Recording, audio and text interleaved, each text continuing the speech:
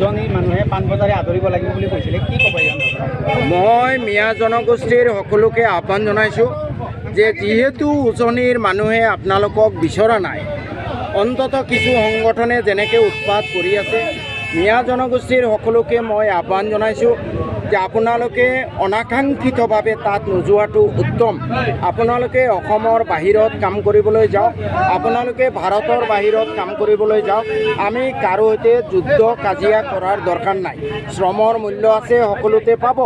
উজনিৰ ভাইসকলে তেওঁলোকে নিজে চব্জি বেপাৰ লেবাৰ আদি কৰিব খুজিছে, আমি তেওঁলোকক শুভেচ্ছা জনোৱা উচিত। মই মিয়া জনগোষ্ঠীৰ ভাইসকলক আহ্বান জনাওঁ যে আপোনালোকে লেবাৰ হোৱাৰ কাৰণে বা মাছ বিক্ৰী কৰাৰ কাৰণে, চব্জি বিক্ৰী কৰাৰ কাৰণে প্ৰতিযোগিতা কৰিব নালাগে। আপোনালোকে প্ৰতিযোগিতা কৰক IAS হোৱাৰ কাৰণে, ডক্টৰ হোৱাৰ কাৰণে, ইঞ্জিনিয়াৰ হোৱাৰ কাৰণে, চাইণ্টিষ্ট হোৱাৰ কাৰণে। ধন্যবাদ। নমস্কাৰ, মই উৎপল দাস আৰু আপোনালোকে চাই আছে এনি ভাৰত। আৰু আপোনালোকক জনাবলৈ পাই মই বহুত সুখী হৈছোঁ যে আমাৰ সকলোৰে মৰমৰ শ্ৰদ্ধা জুবিন গাৰ্গৰ গীতসমূহৰ ভিত্তিত এটা খুব সুন্দৰ ৰিয়েলিটি শ্ব' এনি ভাৰতে আয়োজন কৰিছে, জুবিনৰ গানে কি আনে। এই প্ৰথম ছিজনটোত অডিশ্যনছ আৰম্ভ হ'ব আগষ্টৰ পৰা অসমৰ বিভিন্ন জিলাত।